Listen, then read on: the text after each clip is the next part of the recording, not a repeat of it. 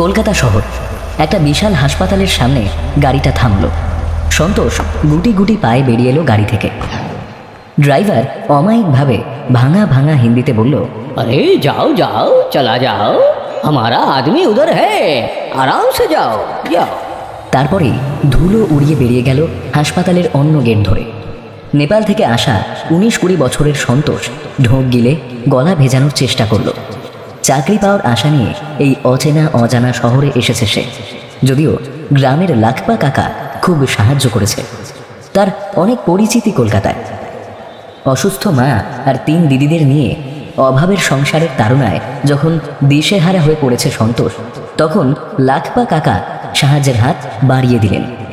সন্তোষকে বললেন, কলকাতার অনেকগুলো হাসপাতালে নতুন ছেলে মেয়ে নিয়োগ হচ্ছে সুইপারের কাজের জন্য। তাছাড়াও আরও নানা ধরনের কাজ ওরাই শিখিয়ে পড়িয়ে নেবে। এমনকি থাকা খাওয়াও ওদের দায়িত্ব। লাখপা কথা বলে নেবে। সন্তোষ যেন একটা বায়োডাটা, 2 কপি ছবি আর পরিচয়পত্র অতি অবশ্যই সঙ্গে নিয়ে যায়। কথা মতো আজ সন্তোষ এসেছে। সঙ্গে এনেছে সমস্ত প্রয়োজনীয় নথি। রিসেপশনে বসে থাকা মেয়েটির হাতে একটা বাদামি রঙের খাম এগিয়ে দিতে মেয়েটি ভুরু কুঁচকে খামটা নিয়ে এক টানে তার মুখ খুলে ফেলে ভেতর থেকে বের করে আনলো একটা চিঠি। এটা লাখপা দিয়েছে, সন্তোষের কাজের সুপারিশপত্র। মেয়েটি চিঠিটি পড়ে কয়েক সেকেন্ড তাকিয়ে রইল সন্তোষের দিকে। তারপর হাতের ইশারায় তার পিছু পিছু আসার নির্দেশ দিয়ে হাঁটতে শুরু করলো শ্বেত শুভ্র করিডোর দিয়ে। সন্তোষ হাঁটা শুরু করলো।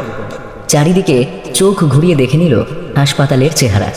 তার গ্রামের হাসপাতালের তুলনায় এটা যেন রাজপ্রাসাদ। সর্বক্ষণ এসি চলছে, বাইরের দাবদাহ বোঝাই যাচ্ছে না। এখানে থাকতে হবে ভেবেই মনটা চনমনে হয়ে গেল সন্তোষের। মেয়েটার পিছন পিছন একটা বেশ চওড়া ঘরে এসে পৌঁছলো সন্তোষ। চারিদিকে প্রচুর আলো, হিম শীতল একটা ঘর। মেয়েটা সন্তোষের চিঠিটা হাত বদল করলো আরেকজন সম্ভ্রান্ত, কাঁচা পাকা চুল, ক্লিন শেভ, 5.5 ফুট মধ্যবয়সী ডাক্তারের সাথে। তিনি পুরো চিঠিটা পড়ে মুচকি হেসে হিন্দিতে বললেন, यहाँ पहले तुम्हारा मेडिकल टेस्ट होगा, उसके बाद नौकरी मिलेगी। यही यहाँ का उसूल है। एक दिन तुम्हें एडमिट रहना पड़ेगा, राजी हो? সন্তোষ মাথা নেড়ে জানালো সে রাজি। লাখপা কাকা এসব আগেই শিখিয়ে পড়িয়ে দিয়েছে তাকে। ডাক্তার একজন নার্সকে কিছু নির্দেশ দিয়ে বেরিয়ে গেলেন। নার্স সন্তোষের সামনে একটা ফর্ম মেলে ধরে বলল, आप यहाँ एक साइन कर दीजिए, बाकी मैं फिल अप कर दूंगी। সন্তোষ তাই করলো। তারপর তাকে নিয়ে যাওয়া হলো একটা কেবিন বেডে। জামা কাপড় ছেড়ে শুয়ে পড়ল সন্তোষ। পথশ্রমে ক্লান্ত সে। এসেই যে এমন রাজকীয় বিছানা পেয়ে যাবে ভাবেনি। তার জন্য জলখাবার এলো। খেয়ে দিয়ে ঘুমিয়ে পড়ল নেপালের এক ছোট্ট গ্রামের স্বপ্ন দেখা ছেলেটা। নার্স এসে হাতে ফুটিয়ে দিল একটা ইনজেকশন। সন্তোষের ব্যথাতুর মুখের দিকে তাকিয়ে বলল, डरिए मत, मेडिकल टेस्ट के लिए ये करना पड़ेगा। ধীরে ধীরে একতাল ঘুম নেমে এলো সন্তোষের চোখে। ঘুম ভাঙল পেটের কাছে অসহ্য যন্ত্রণা নিয়ে। বিছানা হাতড়ে মোবাইলটা বের করে দেখল বিকেল 4টে। অবাক হলো সন্তোষ, সে কি এতক্ষণ ঘুমিয়েছিল? কাল রাতে নার্স যখন ওষুধ দিল তখন রাত 8টা। স্পষ্ট মনে আছে সন্তোষের। আর এই পেটের ব্যথাটাই বা কিভাবে হলো? বড্ড দুর্বল লাগছে সন্তোষের। কি হয়েছে তার? ঠিক এই সময় তার কেবিনের দরজাটা খুলে গেল। দুজন কম্পাউন্ডার উঁকি মেরে তাকে জেগে থাকতে দেখে আবার মিলিয়ে গেল। সন্তোষের উঠে বসার ক্ষমতাটুকু নেই। পরের মুহূর্তেই ঘরে ঢুকলেন আগের দিনের সেই ডাক্তার। হাসি মুখে সন্তোষের হাতে একটা বড় ব্যাগ ধরিয়ে বললেন, ये लो, इस बैग में 1 लाख रुपया है। সন্তোষ অবাক হয়ে চেয়ে রইল ডাক্তারের দিকে। কিন্তু সন্তোষের বিস্ময় কাটানোর সময় তার নেই। বরং তিনি কণ্ঠস্বরকে আরো খাদে নামিয়ে বললেন, बाहर नर्स तुम्हें एक पर्ची देगी, चुपचाप उस पे साइन करके वापस अपने गांव चले जाना। हाँ, यहाँ रहोगे तो जान से हाथ धोना पड़ेगा। लखपा तुम्हें सब कुछ समझा देगा। और खबरदार, अगर पुलिस से संपर्क करने की किसी भी तरह की कोशिश की तो समझ रहे हो ना। সন্তোষ হতভম্ব হয়ে বসে রইল। বুঝতে পারল না তার জীবনের ঠিক কত বড় ক্ষতিটা ঘটে গেছে।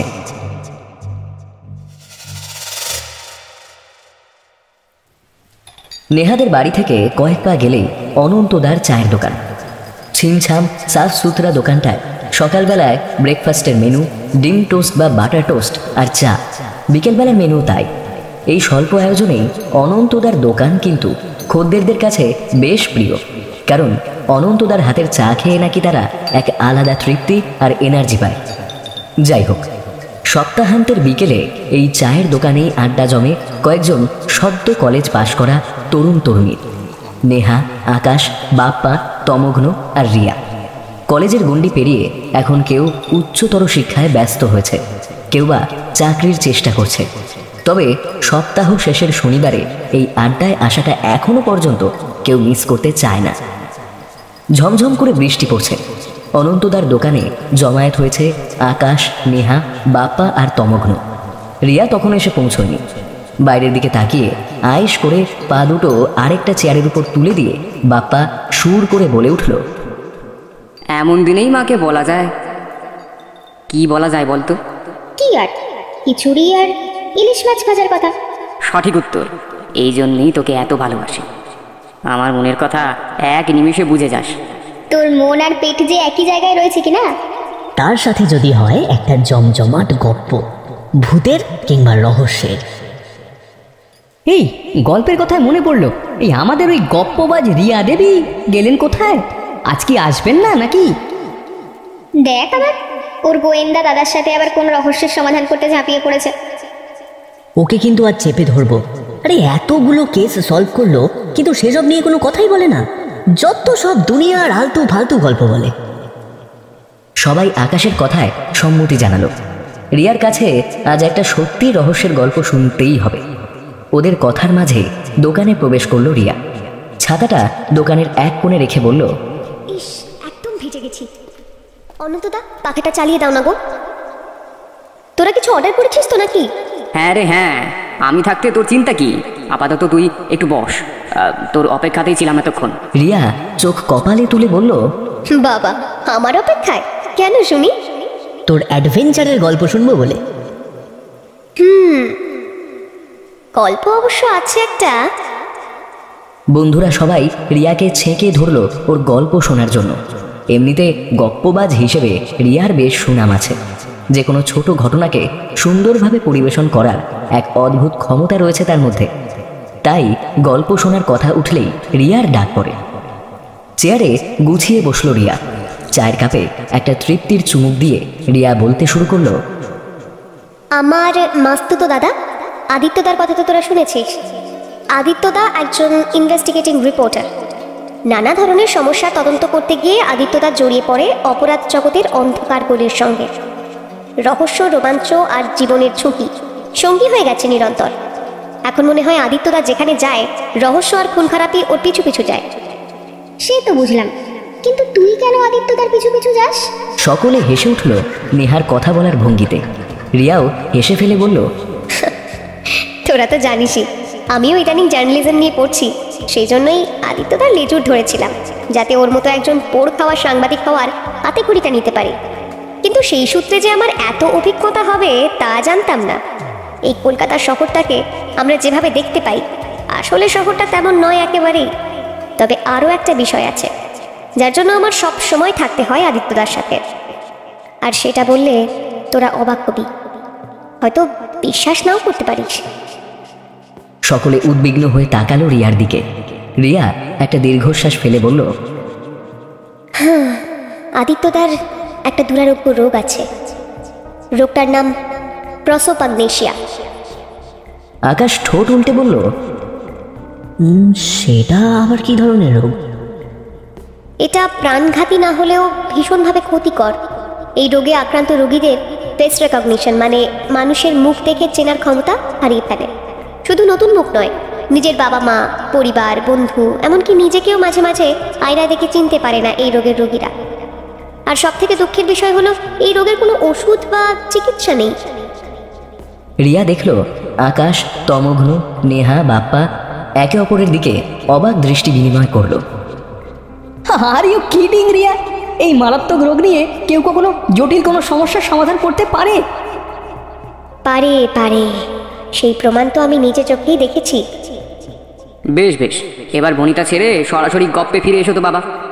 আমার আবার সাসপেন্স শুনলেই খিদেটা বেড়ে যায়। অনন্তদা, আরেক রাউন্ড ডিম টোস্ট আর চা। রিয়া বলতে শুরু করলো। নিউ আলিপুরের বিশাল এক বিল্ডিংয়ের 5 তলায় আদিত্যদার ফ্ল্যাট। মাসি আর মেশো থাকেন আলিপুর দুয়ারে, সেখানে তাদের নিজের বাড়ি রয়েছে।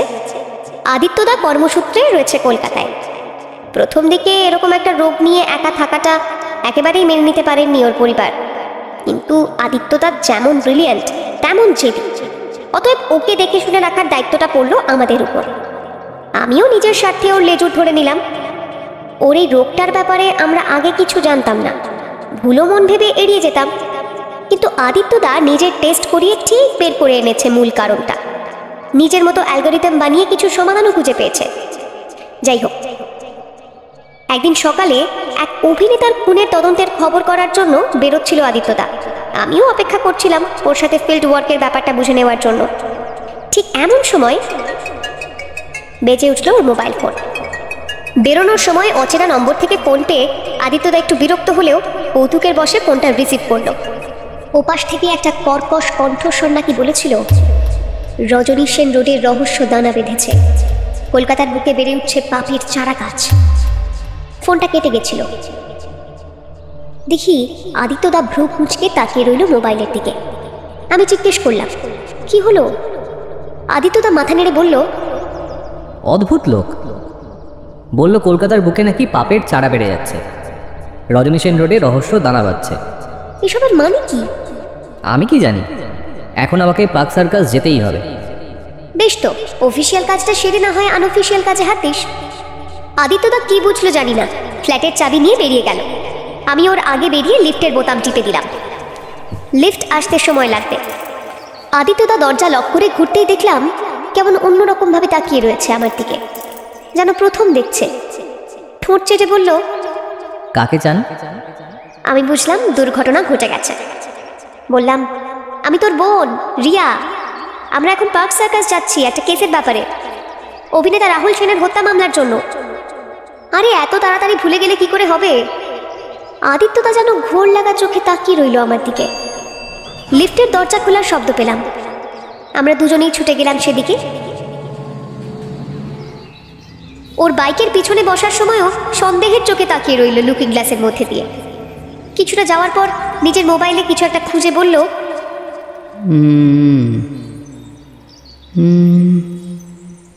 বেশ বেশ, বুঝতে পেরেছি।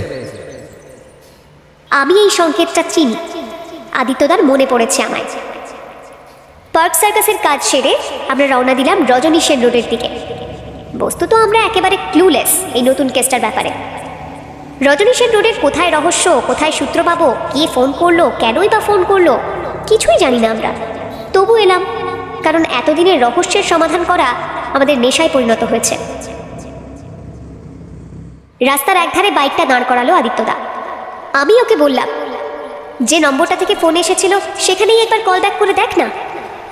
আদিত্যদা তাই করলো এবং অবশ্যম্ভাবীভাবে ফোনটা সুইচ অফ পেল। ঠিক যখন প্র্যাঙ্ক কল ভেবে গাড়িটা ঘুরিয়ে নিতে যাবে, ঠিক সেই সময় আবার বেজে উঠল আদিত্যদার ফোনটা। আরেকটা অচেনা নম্বর, সেই কর্কশ কণ্ঠস্বর এবার আমিও শুনতে পেলাম।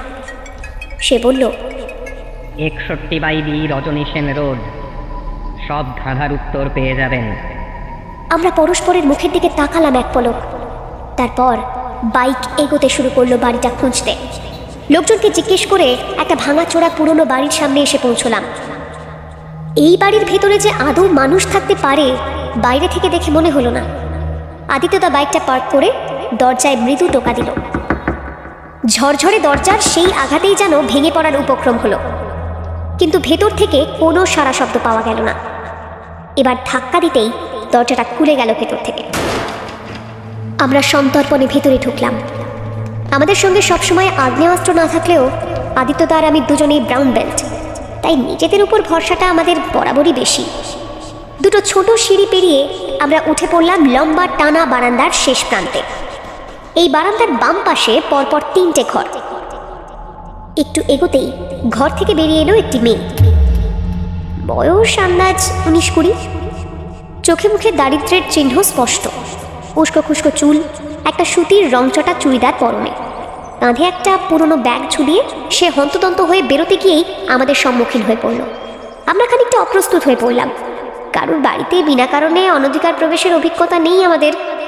ক্ষণিকের হতভম্ব ভাব কাটিয়ে উঠে মেয়েটি বলল, এ কি, কারা আপনারা? বাড়িতে কিভাবে ঢুকলেন? আদিত্যদা একটু অপ্রস্তুত না হয়ে বলল, আমরা আসলে একটা এনজিও থেকে এসেছি, খবর পেলাম এখানে নাকি কেউ গুরুতর অসুস্থ। মেয়েটি এই কথায় আশ্বস্ত হলো। তার চেহারার উদ্ভ্রান্ত হতভম্ব ভাব কাটিয়ে ফেলে সে বলল, জানি না আপনাদেরকে কে খবর দিয়েছে, কিন্তু সত্যি আমার বাবা গুরুতর অসুস্থ, এক্ষুনি হাসপাতালে না নিয়ে গেলে হয়তো।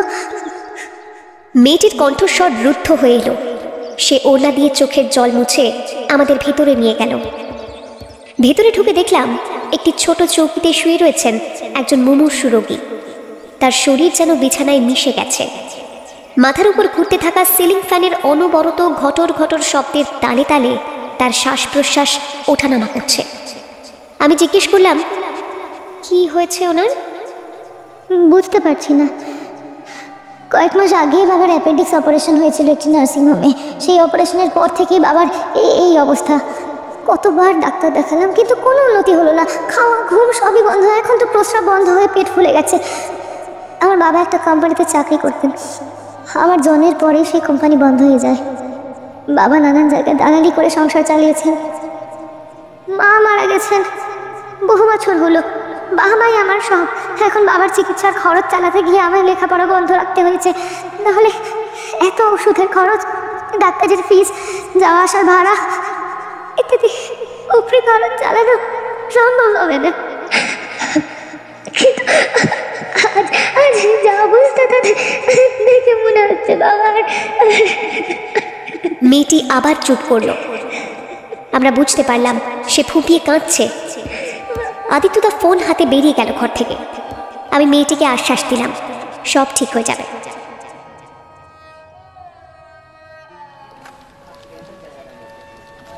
ডাক্তার নিখিলেশ বিশ্বাস চিন্তিত মুখে বসলেন আমাদের সামনে। এতক্ষণে জেনে ফেলেছি মেয়েটির নাম শেফালি মণ্ডল, বাবার নাম পরাশর মণ্ডল। মেয়েটি যোগেশচন্দ্র কলেজে বাংলা অনার্স নিয়ে লেখাপড়া শুরু করেছিল, কিন্তু অভাবের তাড়নায় ছেড়ে দিতে বাধ্য হয়েছে। আদিত্যদা নার্সিংহোমের করিডোরের একটা জানলার সামনে দাঁড়িয়েছিল, এক মনে কিছু একটা চিন্তা করছিল। আমি আর শেফালি বসেছিলাম করিডোরের সারিবদ্ধ চেয়ারগুলির দুটিতে। ডাক্তার বিশ্বাস চলে আসার পরেও আদিত্যদার কোনো হেলদোল দেখলাম না বলে আমি জিজ্ঞেস করলাম, কি হয়েছে ডাক্তারবাবু, এনিথিং সিরিয়াস? ডাক্তার বিশ্বাস শেফালির দিকে তাকিয়ে জিজ্ঞেস করলেন, তোমার বাবার অ্যাপেন্ডিক্স অপারেশন হয়েছিল ঠিক কতদিন আগে? মাস চারেক আগে অপারেশন হয়েছিল। আচ্ছা, ওনার কি কিডনির কোনো সমস্যা ছিল? কিডনির সমস্যা? কই না তো, কোনো সমস্যা ছিল না। দেখলাম এটা শুনে ডাক্তারের মুখ আরো গম্ভীর হয়ে গেল। উনি একটা দীর্ঘশ্বাস ছেড়ে বললেন, আসলে টেস্ট করে জানা গেছে এতদিন উনি একটি কিডনি নিয়ে জীবিত রয়েছেন। অপর কিডনিটি ওর শরীরে নেই, আর একটি কিডনি নিয়ে বেঁচে থাকার মতো ওষুধ বা পথ্য উনি পাননি বলেই ওর শরীর ধীরে ধীরে ভেঙে পড়েছে। শেফালি এই কথায় এক ঝটকায় উঠে দাঁড়িয়ে প্রায় চিৎকার করে উঠে বলল, কি, একটা কিডনি? না না না না, অসম্ভব। এটা একেবারেই হতে পারে না। বাবার কিডনি অপারেশন হয়নি, বাবার তো। ডাক্তার তাকে হাত তুলে থামিয়ে দিলেন। শেফালির চিৎকারে আদিত্যদা হয়তো সম্বিত ফিরে পেয়েছে। দেখলাম আমাদের দিকেই হাঁটতে হাঁটতে এগিয়ে আসছে। ডাক্তার বিশ্বাস ওকে দেখে উঠে দাঁড়ালেন। চিন্তিত মুখে আদিত্যদাকে বললেন, মিস্টার সরকার, আমি যেটা সন্দেহ করেছিলাম ঠিক সেটাই হয়েছে। একটা বড়সড় র্যাকেটের পাল্লায় পড়েছে ওরা। কলকাতা না, শুধু কলকাতা নয়, গোটা ভারতবর্ষ জুড়ে দীর্ঘদিন ধরে চলছে মানব শরীরের আভ্যন্তরীণ বিভিন্ন অর্গ্যান চোরাচালানের চক্র। দুঃখজনকভাবে সেই চক্রের কেন্দ্র আমাদের এই শহর কলকাতা। বিভিন্নভাবে অশিক্ষিত ও দরিদ্র মানুষদের ভুল বুঝিয়ে তাদের শরীর থেকে বাদ দেওয়া হচ্ছে অর্গান, তার পরিবর্তে তাদের দেওয়া হচ্ছে টাকা। সে টাকা যে খুব একটা ভালো পরিমাণে তা কিন্তু নয়। যেখানে এক একটা অর্গান বিক্রি হচ্ছে প্রায় 5-6 লাখ টাকায়, সেখানে ওরা পাচ্ছে মোটে ওই 60-70 হাজার টাকা। মানুষগুলো ঠকছে, মরছে, কিন্তু এই ব্যবসার মাথাকে আজও ধরা যাচ্ছে না। ডাক্তার বিশ্বাস কথাগুলি এক টানা বলে থামলেন। তারপর আদিত্যদার দিকে তাকিয়ে বললেন, আপনার অনেক নাম শুনেছে মিস্টার সরকার, অনেক রহস্য ভেদ করে অপরাধীদের পুলিশের হাতে তুলে দিয়েছেন আপনি। আশা করি এই চক্রকেও আপনি যোগ্য শাস্তি দিতে পারবেন। আদিত্যদা মৃদু হেসে মাথা নোয়ালো। ডাক্তার বিশ্বাস এরপর শেফালিকে সঙ্গে নিয়ে ভেতরে চলে গেলেন। ওরা ঘরের ভেতর অদৃশ্য হয়ে যেতেই আদিত্যদা বলল, অনেক বড় চক্রান্তের খোঁজ দিয়ে গেলেন ভদ্রলোক। ব্যাপারটা নিয়ে এবার ভাবতে হবে, বুঝলি? আমি মাথা নাড়লাম। তারপরও বলল, কিন্তু লোকটা কে ছিল বলতো? আমি অবাক হলাম না, এ আমার নিত্যদিনের অভ্যেস।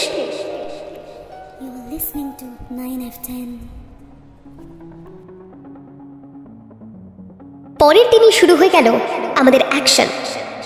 আদিত্যদা অভিনেতার মৃত্যু নিয়ে রিপোর্ট লিখতে ব্যস্ত থাকায় আমার উপর একটা দায়িত্ব দিয়েছিল। তথ্য ঘেঁটে এমন কয়েকজন ব্যক্তির নাম খুঁজে বের করতে হবে যাদের সঙ্গে এই ধরনের ঘটনা ঘটেছে। সেই কাজে অবশ্য সাহায্য করেছিল আমার জেঠু। জেঠু যেহেতু পুলিশের আধিকারিক পদে রয়েছেন, তাই তাকে বলার সঙ্গে সঙ্গে বেশ কয়েকজন ব্যক্তির নাম তিনি মুহূর্তের মধ্যেই আমায় দিয়ে দিলেন। এরা সবাই যে কলকাতার বাসিন্দা তা নয়, তবে এদের বেশিরভাগই এফআইআর করেছেন কলকাতায় বেশ কয়েকটি বড় বেসরকারি হাসপাতাল ও নার্সিংহোমের বিরুদ্ধে। এদের বয়ান অনুযায়ী এই হাসপাতালগুলি ওদের সামান্যতম অসুস্থতাকে বড় সড় রূপ দিয়ে অপারেশন থিয়েটার অবধি রাস্তা সুগম করে তোলে। তারপর বাদ দিয়ে দেয় একটি কিডনি। এর ফলে তারা চরম সমস্যার মুখে পড়েছেন জীবনে। যদিও এই হাসপাতালের দেওয়া মেডিকেল রিপোর্ট অনুযায়ী রোগীদের শারীরিক সমস্যাগুলি সত্যি। এদিকে বাইরে পরীক্ষা করে দেখা গেছে দুটি রিপোর্টে আকাশ পাতাল তফাৎ। এই হাসপাতালগুলির বিরুদ্ধে কোর্টে মামলা চলছে, তবে বেশ কিছু হেভিওয়েট ব্যক্তিদের পৃষ্ঠপোষকতার ফলে এই চক্রটি প্রতিনিয়ত এড়িয়ে যাচ্ছে আইনের হাত। সাধারণ মানুষদের নাগালের বাইরে থেকে যাচ্ছে ন্যায় বিচার। সেই তালিকা থেকে আমি বেছে নিলাম 3টে নাম। এদের বিশেষত্ব ছিল, এদের একজন স্বেচ্ছায় কিডনি দান করেছিল, একজন প্রতারিত হয়েছে এবং আরেকজনকে চাকরির নামে কলকাতায় নিয়ে এসে প্রতারণা করা হয়েছে। বিকেলবেলা দুজনে বেরিয়ে পড়লাম উত্তর কলকাতার উদ্দেশ্যে। প্রথমে গিরিশপাড়, এখানেই বাস করেন নবেন্দু পালিত। ভদ্রলোক নিজেই দান করেছিলেন তার একটি কিডনি। আদিত্যদার আমি যখন তার বাড়িতে পৌঁছলাম তখন সন্ধে নেমেছে। নবেন্দুবাবুর 2 কামরার ছোট্ট বাড়ির চৌকিতে বসে কথোপকথন শুরু হলো। আদিত্যদা জিজ্ঞেস করলো, আপনি কিডনি বিক্রি করলেন কেন? আগে স্যার, গরিব মানুষ, পেটের দায় বড় দায়। ক্যান্সারে ভোগা বউটা চিকিৎসা চালানোর জন্য আর কোনো উপায় খুঁজে পাইনি। এখন আপনার স্ত্রী কেমন আছেন? লোকটি এই প্রশ্নে চুপ করে গেলেন। তারপর মাথা নিচু করে ধরা গলায় বললেন, নেই স্যার, বাঁচাতে পারলাম না। নিজেও বলল, আমাকেও মৃতপ্রায় করে রেখে চলে গেল। আদিত্যদা কণ্ঠস্বর যথাসম্ভব কোমল করে বলল, আই এম সরি। আচ্ছা, আপনি জানলেন কিভাবে যে এই হাসপাতালে কিডনি বিক্রি করা যাবে? মানে খোঁজ পেলেন কিভাবে? খবরের কাগজে বিজ্ঞাপন দেখেছেন। পটলার দোকানে বসে চা খাচ্ছিলাম একদিন, তা দেখি ছোট্ট একটা কোনায় কেউ একজন কিডনির চাহিদা আছে এই বয়ানে এমএল হাসপাতালের ঠিকানা নম্বর দিয়ে বিজ্ঞাপন দিয়েছে। পরিবর্তে টাকা দেবে সেই কথাও লেখা ছিল। কাউকে কিছু না জানিয়ে বেরিয়ে পড়লাম। ভেবেছিলাম আমায় হয়তো ওরা টেস্ট করবে, ভর্তি করে দেবে হাসপাতালে, কিন্তু তেমন কিছু ঘটল না। ভর্তি করলো বটে, কিন্তু জানালো পরদিনই হবে অপারেশন। আমাদের ছেলে মেয়ে নেই, বউ ক্যান্সার হাসপাতালে ভর্তি, তাই কাউকে কৈফিয়ত দেওয়ার নেই আমার। অপারেশন হলো, পরের দিনই ছেড়ে দেওয়া হলো। কয়েকটা ওষুধপত্র দিল আর একটা ব্যাগ, বললো ওতে নাকি টাকা আছে। ও হ্যাঁ হ্যাঁ, তার আগের দিন একটা কাগজে সই করিয়ে নিয়েছিল। আপনি কাগজটা পড়েছিলেন? নবেন্দুবাবু দুপাশে ঘাড় নেড়ে জানালেন, অত শত ইংরেজি লেখাপড়ার অভ্যেস নেই তার, তাই আর পড়া বা বোঝা কোনোটাই হয়নি। আদিত্যদা একটি দীর্ঘশ্বাস ফেলে বলল, কত টাকা দিয়েছিল? আচ্ছা, আপনি তো নিজের ইচ্ছে কিডনি দিয়েছেন, তাহলে আবার পুলিশের কাছে নালিশ ঠুকতে গেলেন কেন? 50,000 দিয়েছিল। নালিশ নালিশ করবো না স্যার, ওরা তো আমায় ঠকিয়েছে। বাজারে একটা মানব কিডনির দাম লক্ষ লক্ষ টাকা, আর ওরা আমায় 50,000 টাকা ধরিয়ে ফুরুত হয়ে গেল। ওই টাকায় আমার বউটা চিকিৎসা তো হলোই না, উল্টে আমিও একবারে অকেজো হয়ে গেলাম। নবেন্দুবাবুকে বেশ উত্তেজিত শোনালো। আদিত্যদা উঠে দাঁড়িয়ে বলল,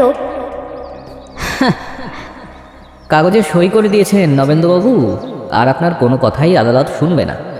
ওতে এটাই লেখা আছে যে আপনি সজ্ঞানে স্বেচ্ছায় 50,000 টাকার বিনিময়ে এই হাসপাতালকে আপনার কিডনি বিক্রি করতে সম্মতি দান করছেন।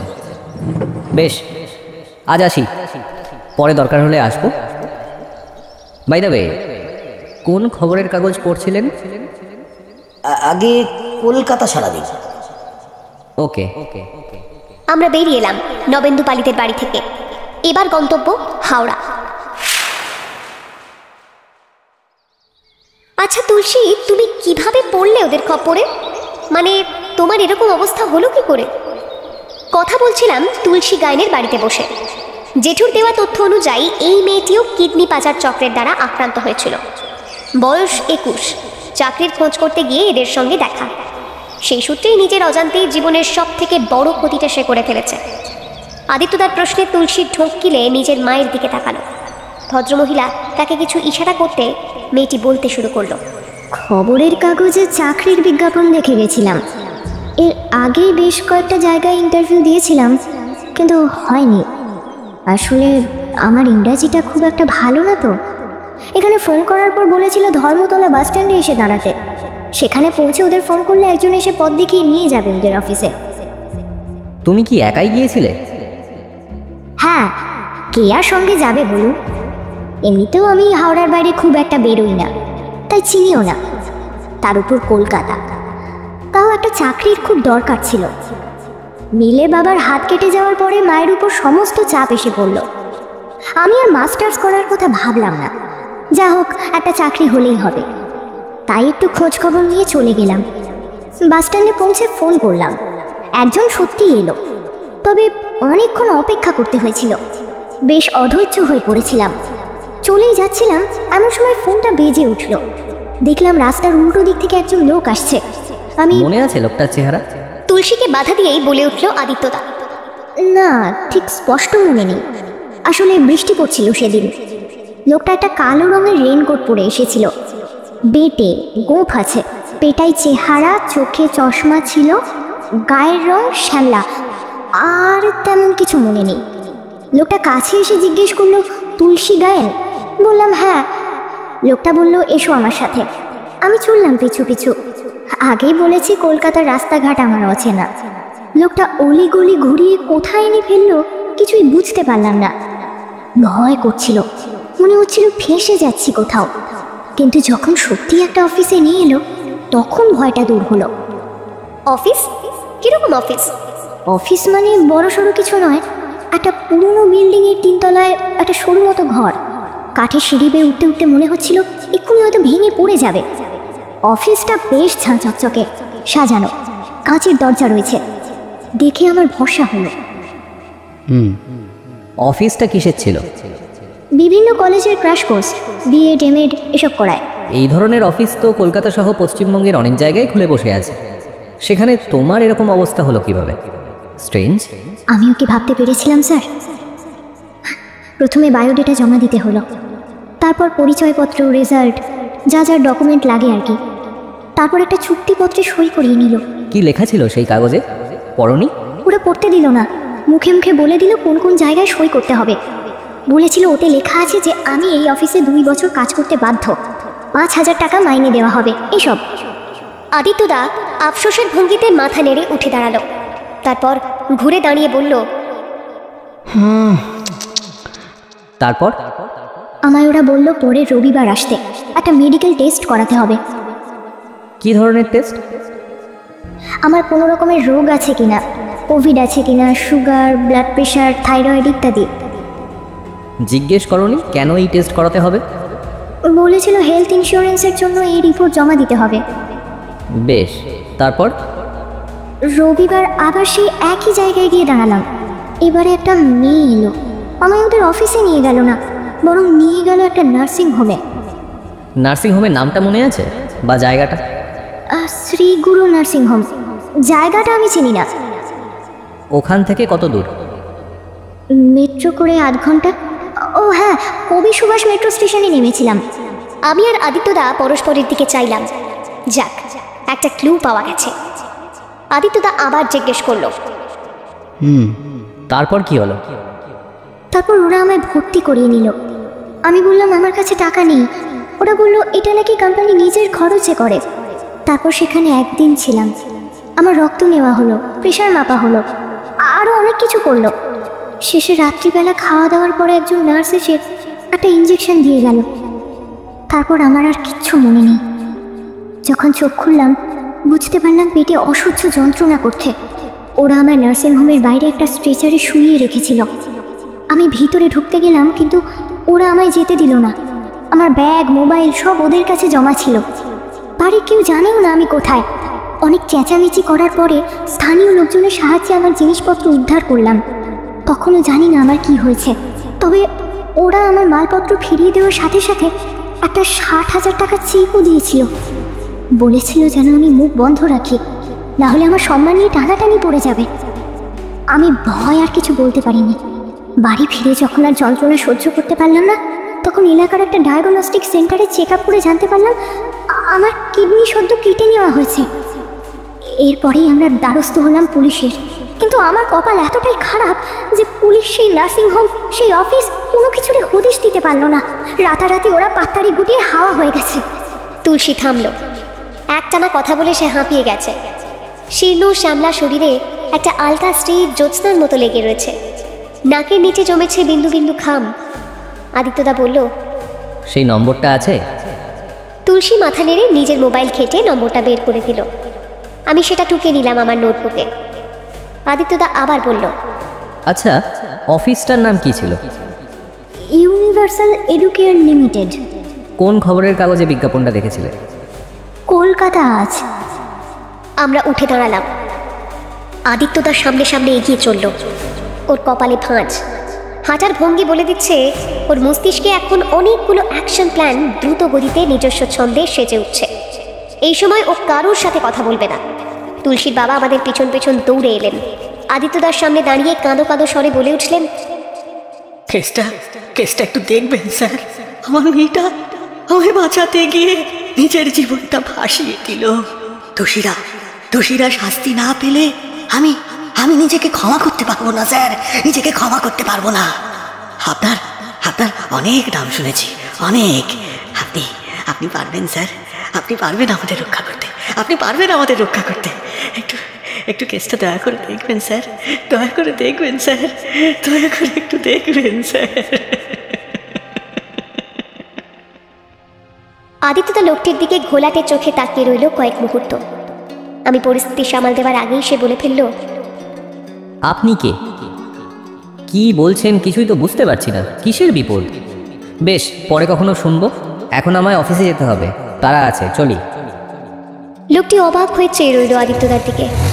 সে তখন বাইকে বসে স্টার্ট দিয়ে ফেলেছে। আমি লোকটিকে কিছু বোঝানো শুরু করব, ঠিক সেই মুহূর্তে আদিত্যদা আমাকেও ফেলে রেখে বাইক নিয়ে মিলিয়ে গেল মোড়ের মাথায়।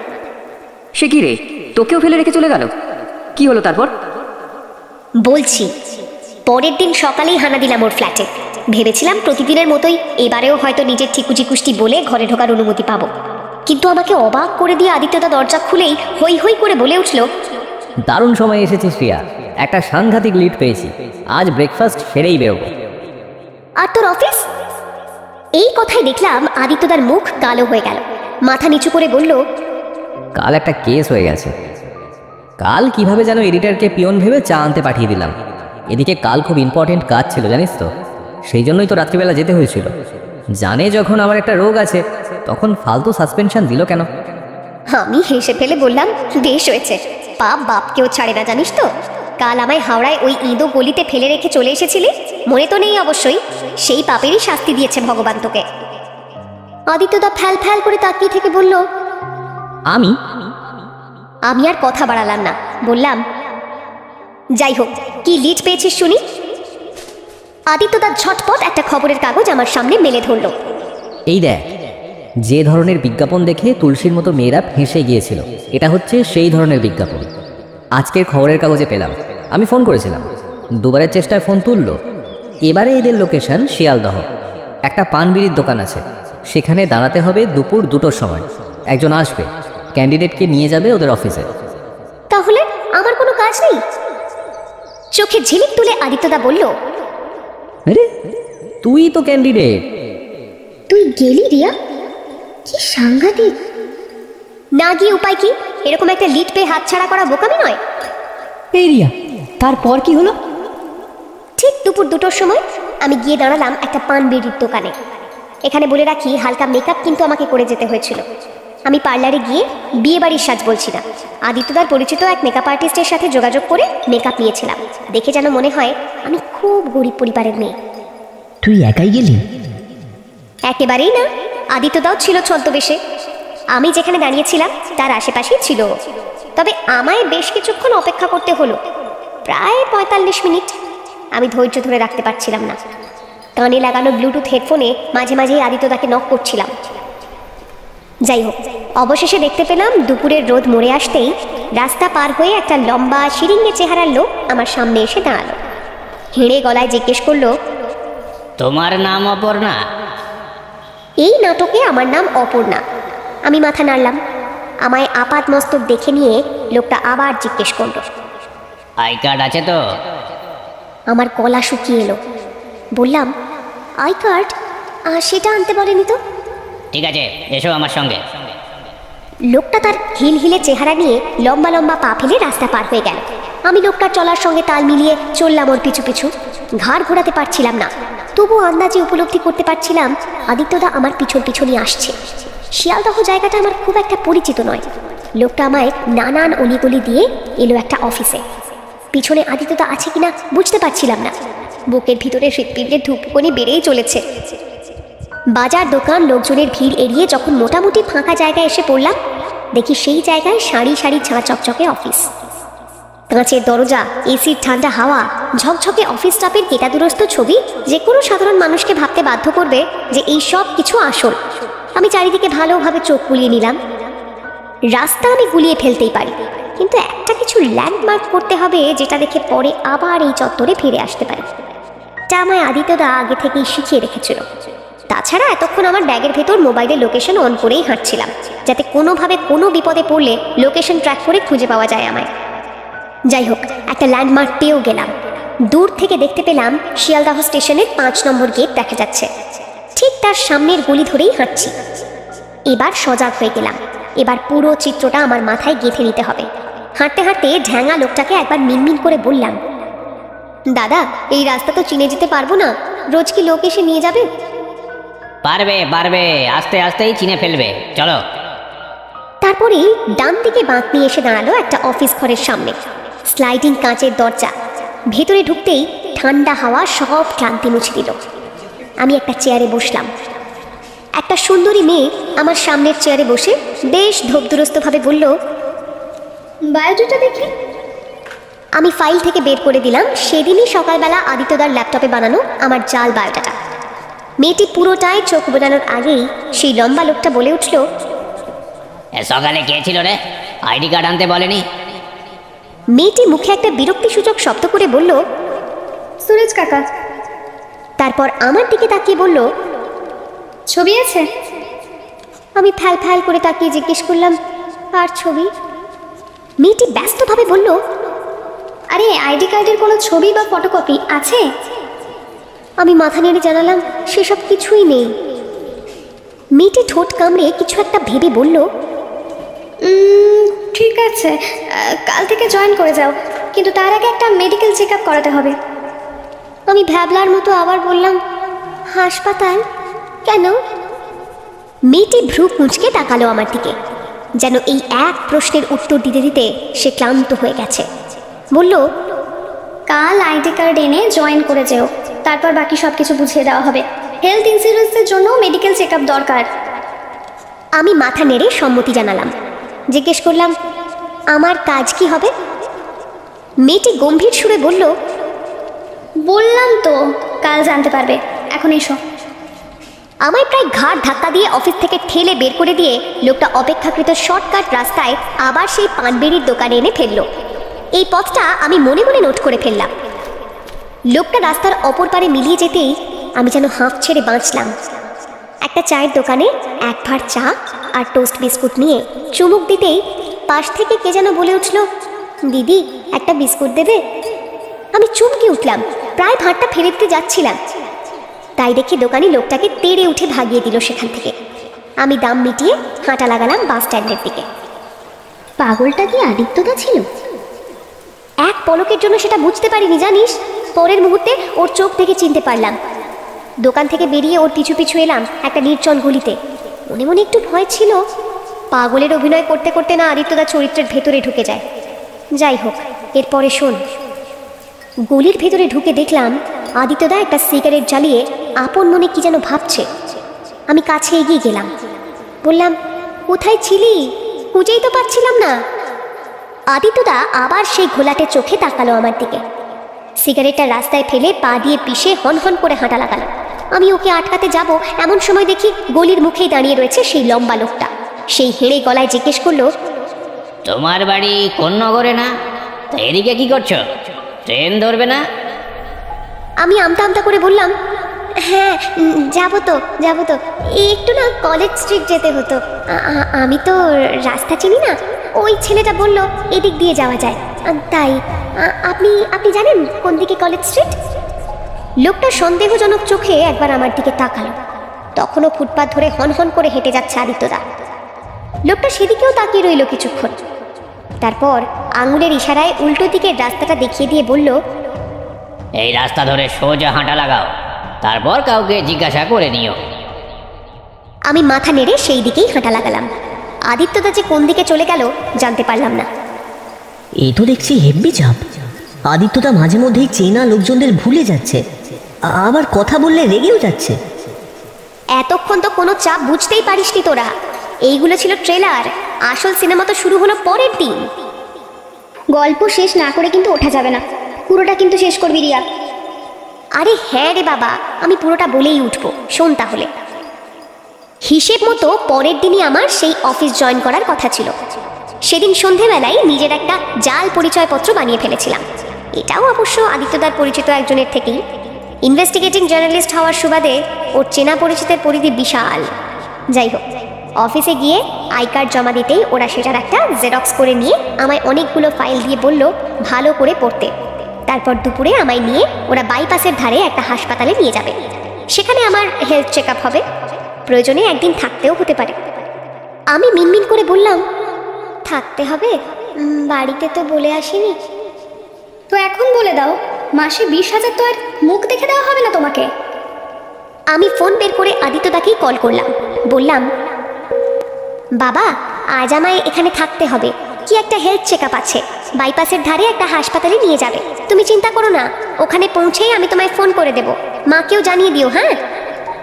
মেয়েটি আমার দিকে এক দৃষ্টে তাকিয়ে সব শুনল। আমি ফোন রাখতেই জিজ্ঞেস করলো, কাল কলেজ স্ট্রিট পৌঁছতে পেরেছিলে? আমি গতকালই বুঝে ফেলেছিলাম ওরা আমার উপর নজর রাখছে। হয়তো কোনো বিষয়ে আমার উপর সন্দেহ হয়েছে, কিংবা এটাই ওদের নিয়ম। আমি বললাম, হ্যাঁ অনেকটা হাঁটতে হয়েছে। মেয়েটি কিছু বলল না, মোবাইল ঘাঁটতে লাগলো। আমিও ফাইলে ডুবে গেলাম, যদিও কিছুই পড়ছিলাম না। কয়েক পাতা পড়েই বুঝে গেছিলাম এই অফিসটা বাইরে থেকে ট্যুর ট্রাভেলের ব্যবসার ভেগ ধরে রয়েছে। যদিও তখনও আমরা নিশ্চিত হইনি যে এরা সেই কিডনি পাচার চক্রের অন্যতম শাখা কিনা। তবে এদের প্রতিটি পদক্ষেপ আমার পরিচিত ভিকটিমদের বলা অভিজ্ঞতার সাথে মিলে যাচ্ছিল। আমি অধীর আগ্রহে অপেক্ষা করছিলাম এদের মুখোশ খুলে ফেলার। আমার মোবাইল ফোনের মধ্যে ইনস্টল করা হয়েছে জিপিএস ট্র্যাকার। আমার কামিজের ভেতরে লাগানো আছে একটা ছোট্ট মাইক্রোফোন। এই মাইক্রোফোনের মাধ্যমে এখানকার সব কথাই শুনতে পাচ্ছে আদিত্যদা আর ক্রাইম ব্রাঞ্চ ডিপার্টমেন্টের এসপি অভিজিৎ গুহ। তবুও ভীষণ ভয় ভয় করছে আমার। যদি চরম মুহূর্তে আদিত্যদার মাথা কাজ না করে, যদি আদিত্যদা ক্রিমিনালকে চিনতে না পারে, বা ওর হাতের নাগালে এসেও ফসকে যায় অপরাধী, যদি আমারও কিডনি পাচার হয়ে যায়, কি হবে তখন? আমার ভাবনায় ছেদ ধরল মেয়েটির ডাকে। আমি ফাইল রেখে উঠে দাঁড়ালাম। বাইরে তাকিয়ে দেখলাম আগের দিনের সেই লম্বা লোকটার সাথে আরেকজন লোক দাঁড়িয়ে আছে। এই লোকটির গড়ন মাঝারি, একটু মোটাসোটা আর মিশমিশে কালো, কুতকুতে চোখ, ভোঁতা নাক, চোখে একটা মোটা ফ্রেমের চশমা। আমাকে মেয়েটি বলল, এদের সাথে চলে যাও, ওরা তোমায় হাসপাতালে নিয়ে যাবে। আপনি যাবেন না? আমি গেলে অফিসটা কে দেখবে শুনি? আমি আর কথা বাড়ালাম না। ব্যাগটা বগল দবা করে চললাম লোক দুটির সাথে। কিছুটা হেঁটে যেতেই দেখতে পেলাম একটা লাল রঙের টাটা সুমো দাঁড়িয়ে রয়েছে। আমি লোক দুটির সাথে গাড়িতে উঠে বসলাম। গাড়ি ছুটে চলল বাইপাসের দিকে। যে হাসপাতালের সামনে এসে দাঁড়ালো গাড়িটা, সেই হাসপাতাল আমার পরিচিত, আরবি সেন্ট মাল্টি স্পেশালিটি হসপিটাল। বাবার বুকে পেসমেকার বসানোর সময় এখানেই অপারেশন হয়েছিল। একটু আশ্বস্ত হলাম এই ভেবে যে এত নামি হাসপাতালে নিশ্চয়ই এই ধরনের বেআইনি কাজ হবে না। আবার মনে হলো, এমন চুনোপুটি টাইপ ট্রাভেল এজেন্সির মেডিকেল চেক আপ এত বড় হাসপাতালে হবেই বা কেন? মনে এক রাশ প্রশ্ন নিয়ে পা রাখলাম ভেতরে। লোক দুটি আমায় একটা চেয়ারে বসিয়ে রিসেপশনে গিয়ে উপস্থিত রিসেপশনিস্টের সাথে কথা বলতে শুরু করলো। ঠিক এই সময়ে আমার কানে লাগানো ছোট্ট ব্লুটুথ ডিভাইসে একজনের কণ্ঠস্বর শুনতে পেলাম। তিনি এসপি অভিজিৎ গুহ। তিনি বললেন, খুব ভালো কাজ করছো রিয়া, ভয় পাবে না, ওরা যেমন বলছে তেমন কাজ করে যাও, আমরা তোমার আশেপাশেই আছি, দরকার পড়লেই হাজির হব। ফোনটা কেটে গেল। আমার শুধু শোনার নিয়ম, কথা বলার অনুমতি নেই। দেখলাম লোক দুটি আমায় ইশারায় ডাকছে। আমি ওদের কাছে পৌঁছতেই দেখতে পেলাম মেয়েটির হাতে আমার সেই জাল আই কার্ডের ফটোকপি। সেটি একটা ফর্মের সাথে জুড়ে একটা ফাইলে ঢুকিয়ে মেয়েটি আমায় নিয়ে চলে এলো একটি ছোট্ট কেবিনে। আমার হাতে একটা ফর্ম ধরিয়ে দিয়ে মেয়েটি দুটি জায়গায় সই করতে বলে অপেক্ষা করতে শুরু করলো। আমি বললাম, কি লেখা আছে পড়ে নি, তারপর সই করব। কেন? পড়ে দেখা কি হয়েছে? তোমার ব্লাড টেস্ট, ইসিজি হবে, এই সবই লেখা আছে। তাড়াতাড়ি করো, আমার হাতে অত সময় নেই। আমার হেডফোনে তখনই ভেসে উঠল আদিত্যদার কণ্ঠস্বর। যা বলছে করে ফেল রিয়া, ওদের সন্দেহ বাড়ালে আমাদেরই লোকসান। আমি কথা মতো সই করে দিলাম। মেয়েটি কাগজ নিয়ে বেরিয়ে গেল। আমি ধপ করে বসে পড়লাম হাসপাতালের বিছানায়। খুব সতর্ক থাকতে হবে, এখানে নিশ্চয়ই কোনো গোপন ক্যামেরার মাধ্যমে ওরা আমার উপর নজর রাখছে। আমি মোবাইল দেখার ভান করতে করতে আদিত্যদাকে মেসেজ পাঠালাম, room number 110B, 3rd floor. তারপরেই আমার ফোন থেকে মেসেজটা ডিলিট করে দিলাম। এইটুকু আমাদের প্ল্যানের শেষ অংশ ছিল। কিন্তু এরপরে কি হবে, কি অ্যাকশন প্ল্যান করেছে আদিত্যদা আর অভিজিৎ বাবু, আমি জানি না। এখানে বসে অপেক্ষা করা ছাড়া আর কোনো উপায় নেই আমার। আমি শুয়ে পড়লাম বিছানায়। মাথাটা দপদপ করছে, ভীষণ ক্লান্ত লাগছে এবার। শুয়ে থাকতে থাকতে কখন যে ঘুমিয়ে পড়েছিলাম বুঝতেই পারিনি। যখন ঘুম ভাঙল তখন সন্ধে হয়ে গেছে। কেবিনের কাঁচের জানলা থেকে আধো অন্ধকার শহরের এক অংশ দেখা যাচ্ছে। দরজায় টোকা পড়তেই ফিরে তাকালাম। দেখলাম একটি লোক চা বিস্কুট টেবিলে রেখে চলে গেল। বুঝলাম হাউসটা। খিদে পেয়েছিল ভীষণ, চা খেয়ে পেট ভরালাম। এরপর আবার অপেক্ষা, কখন আসবে সেই মহেন্দ্রক্ষণ। তবে বেশিক্ষণ অপেক্ষা করতে হলো না। কয়েক মিনিট পরেই একজন নার্সকে সঙ্গে নিয়ে চলে এলো একজন বয়স্ক ডাক্তার। লম্বা ফর্সা সৌম্য দর্শন একজন ডাক্তার আমার দিকে তাকিয়ে অল্প হেসে বললেন, ঘুম হলো? ভালোই করেছো ঘুমিয়ে নিয়ে। এবার ডিনার করে একটা ওষুধ খাবে, তারপর আবার একটা লম্বা ঘুম। কাল সকালে তোমার সমস্ত চেক আপ হবে। আচ্ছা, সামান্য একটা চেক আপের জন্য এত আয়োজন কেন? মানে ইন্স্যুরেন্স কোম্পানি কত রিপোর্ট চায়? ডাক্তারবাবু আমার দিকে কয়েক সেকেন্ড স্থির দৃষ্টিতে তাকালেন। আবার সেই শান্ত মুচকি হেসে বললেন, চাই বলেই তো এত আয়োজন। আগে থেকে সব রিপোর্ট জমা দিয়ে রাখলে পরে ওরা বিপদের সময় দায় এড়াতে যাতে না পারে, সেই জন্যই তোমার কোম্পানি এত ব্যবস্থা করেছে। কোনো প্রশ্ন থাকলে ওদের সাথেই না হয় কথা বলে নিও। এবার আসি। ডাক্তারবাবু আর এক মুহূর্ত দাঁড়ালেন না সেখানে। নার্স তার হাতে ধরা একটা ট্রে থেকে সিরিঞ্জ নিয়ে আমার খানিকটা রক্ত ভরে নিয়ে চলে গেল। আধ ঘন্টা পরেই ডিনার চলে এলো।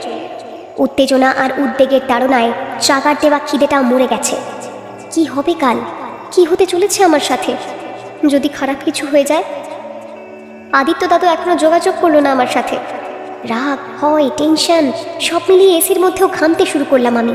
হয়তো ব্লাড প্রেশারও বেড়ে গেল কিছুটা। ঠিক এই সময়ে আমার ফোনটা ভাইব্রেট করে উঠল। আমি তড়িঘড়ি সেটা নিয়ে বাথরুমে ঢুকে পড়লাম।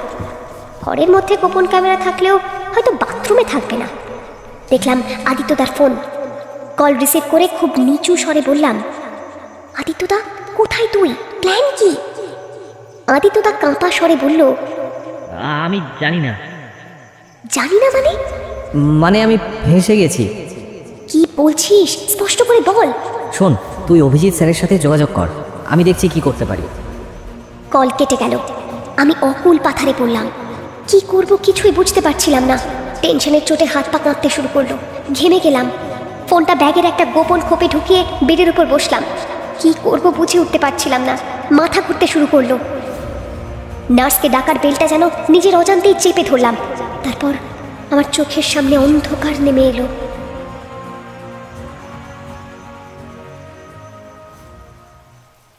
এতদূর বলে রিয়া চুপ করল। চায়ে আমেজ করে চুমুক দিয়ে চোখ বুজে গুনগুন করে একটা সুর ভাজল কিছুক্ষণ। বন্ধুরা যে সবাই ওর দিকে তাকিয়ে রয়েছে আর অধীর আগ্রহে গল্পের পরবর্তী অংশ শোনার জন্য অপেক্ষা করছে, এই ব্যাপারটাই তার বেশ ভালো লাগছে। কিরে থামলি কেন? আরে শেষ পর্যন্ত ধেরালি নাকি? কিন্তু আদিত্যদা এভাবে হাল ছেড়ে দিল কেন? ওকে কি কেউ ধরে ফেলেছিল? রিয়া মুচকি হেসে বলল, ধরা পড়া আদিত্যদার ডিকশনারিতে নেই। তবে ওর সমস্যাটা তো তোদের বলেছি। সেই সমস্যার জন্যই ও কয়েক মুহূর্তের জন্য সব কিছু গুলিয়ে ফেলেছিল। শুধুমাত্র পরিচিত মুখ চিনতে না পারা নয়, আদিত্যদা মাঝে মাঝে পরিবেশ পরিস্থিতিও ভুলে যেত। এই ক্ষেত্রেও সেটাই হয়েছিল। পরে জেনেছিলাম ঘটনাটা। ওহ কাম অন রিয়া, বেশি গৌরচন্দ্রিকা না করে এবার বলেই ফেল না মা আসল ঘটনাটা।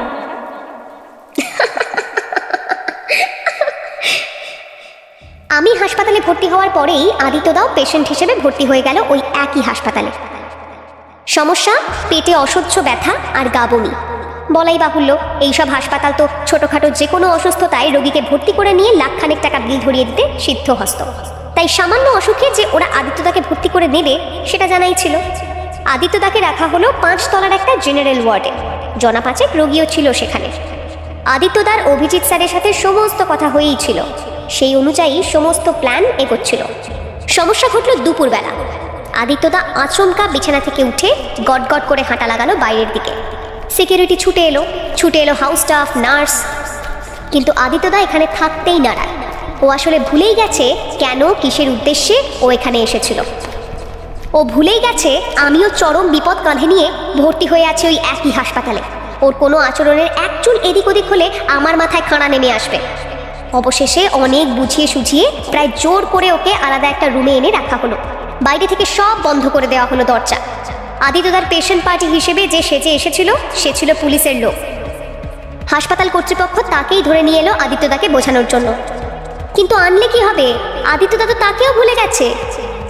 কেবিনে ঢুকেই অফিসার অলোক সাহা আদিত্যদাকে শান্ত করার উদ্দেশ্যে বললেন, আদিত্য কি হয়েছে? কেন এরকম করছিস? শরীর খারাপ লাগছে?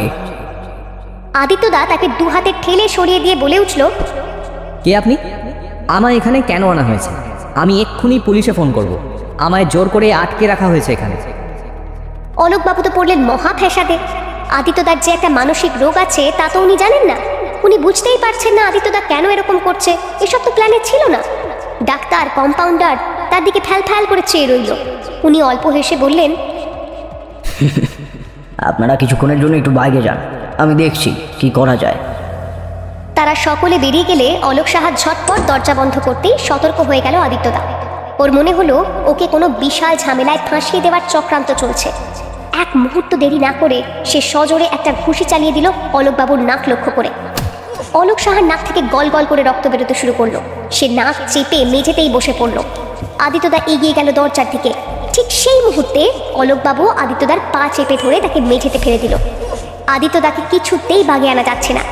সে এবার একটা লাঠি চালিয়ে দিল অলোকবাবুর বুক বরাবর। অলোকবাবু এবার রাগ সামলাতে পারলেন না, আদিত্যদাকে পিচ মোড়া করে চেপে বসলেন ওর পিঠের ওপর। তারপর পকেট থেকে ফোন বের করে কল করলেন অভিজিৎ গুহকে। অভিজিৎ বাবুও আদিত্যদার এহেন আচরণ শুনে তো অবাক। এদিকে অভিজিৎ গুহর নাম শুনে আদিত্যদা খানিকটা ধাতস্থ হলো। তার হয়তো সেই মুহূর্তে মনে পড়ল সে এখানে কি উদ্দেশ্যে এসেছে। কান খাড়া করে শুনতে লাগলো অলোক আর অভিজিতের কথোপকথন। শেষে যখন অভিজিৎ বাবু আদিত্যদার সাথে কথা বলতে চাইল, তখন অলোকের শক্ত বাঁধন থেকে ছাড়া পেল আদিত্যদা। সন্দেহের চোখে অলোকের দিকে তাকিয়ে সে ফোন কানে লাগালো। ওপাশ থেকে অভিজিৎ বাবু বললেন, কি ব্যাপার আদিত্য, তুমি এরকম করছো কেন? তোমার কি অন্য কোনো প্ল্যান আছে? এইভাবে তো আমাদের সব পরিকল্পনা ভেস্তে যাবে। দেখো, যদি অন্য কোনো খবর পেয়ে থাকো তাহলে আমাদের সাথে শেয়ার করো, কিন্তু কোনো ভুল পদক্ষেপ নিও না। মনে রেখো, এখানে কিন্তু তোমার বোন জীবনের ঝুঁকি নিয়ে ভর্তি হয়েছে। আমাদের একটা ভুল অ্যাকশন কিন্তু ওর জীবনহানি ঘটাতে পারে। ওষুধে কাজ হলো। আদিত্যদা একটু থমকে গিয়ে বলল, বোন মানে রিয়া এখানে? অভিজিৎ গুহ আকাশ থেকে পড়লেন, বললেন, কি ব্যাপার কি আদিত্য, তুমি কি সব ভুলে গেলে? এই হসপিটালকে কেন্দ্র করে যে একটা অর্গান ট্রাফিকিং এর চক্র তৈরি হয়েছে, সেই খবর আমাদের কাছে আগেই ছিল, কিন্তু উপযুক্ত প্রমাণের অভাবে আমরা কিছুতেই অ্যাকশন নিতে পারছিলাম না। তুমি এই কাজে হাত লাগালে বলেই তো আমরা উদ্যোগ নিলাম। এদের হাতে নাতে ধরতে পারলে কি হবে বুঝতে পারছো? গোটা দেশে ছড়িয়ে থাকা একটা বড় অংশের খবর আমরা পেয়ে যাব। শত শত মানুষ এই দুষ্কৃতীদের হাত থেকে রক্ষা পাবে। Please Aditya, please cooperate. আদিত্যদা যেন পূর্বজন্ম থেকে ফিরে এলো, যেন এতক্ষণ এক অন্ধকার কূপে আটকে ছিল। ঠিক সেই মুহূর্তেই আলোর সন্ধান পেল। অভিজিৎ বাবুর কাছে কিছুক্ষণ সময় চেয়ে নিয়ে ও ফোনটা এগিয়ে দিল অলোকের দিকে। অলোক জানলার কাছে সরে গিয়ে ফিস ফিস করে কথা বলতে শুরু করলো। আদিত্যদা মাথা নিচু করে বসে রইল। এত প্ল্যানিং, এত কথা, এত ঘটনা, সবকিছু যে সে একেবারে নিমেষে ভুলে যেতে পারে, সেই অপরাধের জন্য হয়তো নিজেকে ক্ষমা করতে পারছিল না আদিত্যদা। ওর একটা ভুল পদক্ষেপে এত বড় একটা সুযোগ হাতছাড়া হতে বসেছিল। হয়তো ওর এই অদ্ভুত আচরণের জন্য ওর উপর নজরদারিও শুরু হয়ে গেছে। বেশ অনেকক্ষণ চুপ করে বসে থাকার পরে সে অলোকবাবুকে জিজ্ঞেস করল, আমার ফোনটা কোথায়? অলোকবাবু আদিত্যদার ব্যাগটা এগিয়ে দিল। তার নাকে তখনও রক্তের দাগ লেগে, রুমালে যতটা সম্ভব মুছে ফেলেছেন। বেশ খানিকটা দূরত্বে থেকেই সে জিজ্ঞেস করল, আপনার কি কোনো রোগ আছে নাকি মশাই? এভাবে বেমালুম সব ভুলে গেলেন? আদিত্যদা ফোন হাতে নিয়ে আমার নম্বর খুঁজতে খুঁজতে বলল, আমার প্রসোপাগনেশিয়া আছে। আমি মানুষের মুখ ভুলে যাই বা একজনের সাথে অন্যজনকে গুলিয়ে ফেলি। কখনো সবাইকে একরকম দেখতে লাগে, এমনকি নিজেকেও চিনতে পারি না। অলোকবাবু হাঁ করে তাকিয়ে রইল কিছুক্ষণ, বিড়বিড় করে বলল, এইরকম হয় নাকি? তাহলে আপনার বোনকে আপনি চিনতে পারবেন তো? আদিত্যদা চুপ করে রইল, উত্তর দিল না। অলোক হতভম্ব হয়ে বিছানায় বসে পড়ল। কাজটা যে ক্রমশ কঠিন হয়ে যাচ্ছে সে বুঝতে পারছে। আদিত্যদা তখনই আমায় ফোন করে অভিজিৎ বাবুর সাথে যোগাযোগ করতে বলে দিল।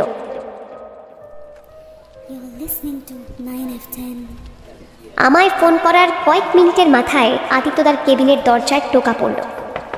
অলোক নিজেকে যতটা সম্ভব সামলে নিয়ে দরজা খুলে দিতেই দেখতে পেল একজন ডাক্তার দাঁড়িয়ে রয়েছেন। বয়স আন্দাজ 30-32 হবে। আদিত্যদার বয়সী। ডাক্তার দেখে অলোক সরে গেল। ভদ্রলোক কেবিনে ঢুকেই বলে উঠল, কিরে আদি, তুই এখানে? আদিত্যদা ঘুরে তাকালো আর আশ্চর্যজনকভাবে এই আগন্তুককে চিনতেও পারল। আদিত্যদার স্কুলের বন্ধু অঙ্কিত চৌধুরী।